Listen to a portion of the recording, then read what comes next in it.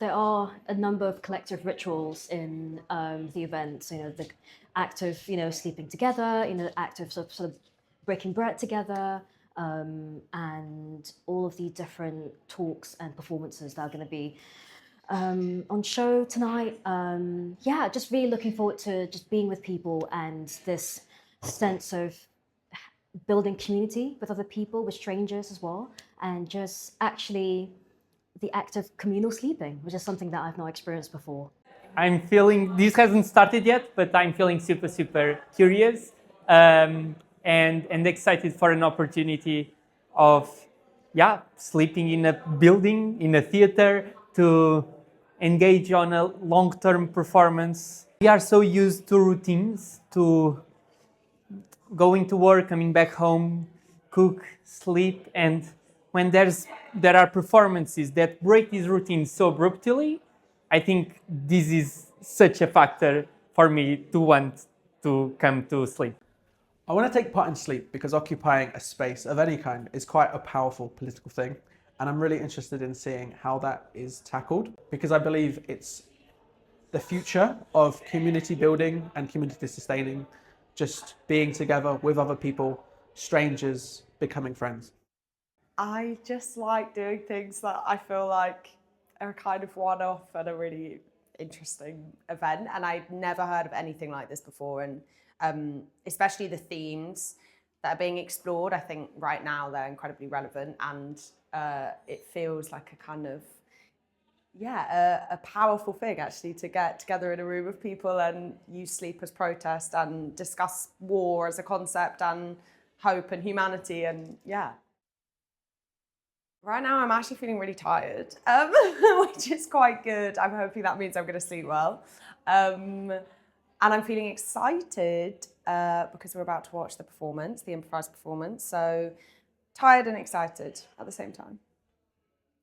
Sleep, this performance art project was something so different to what we're used to.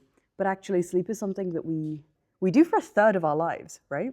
But there's something so important to me there about the intentionality and the element of doing it collectively. Because if you think about it, when it gets to nighttime, people are sleeping collectively everywhere, but we don't know it because we're separated by walls or borders or time zones or whatever. But something really special happened at the incense offering where everyone offered incense and there were beautiful poems read, and then we all had this moment of connecting with our deeper humanity, but also with each other, with the universe, with all these things together, and we just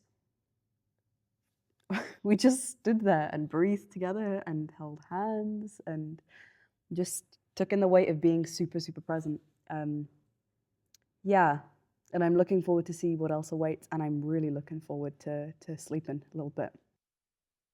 It's amazing how easy it is to create something relatively profound just by bringing a bunch of people together in a slightly unexpected context, and I think that's definitely been what's happened this evening.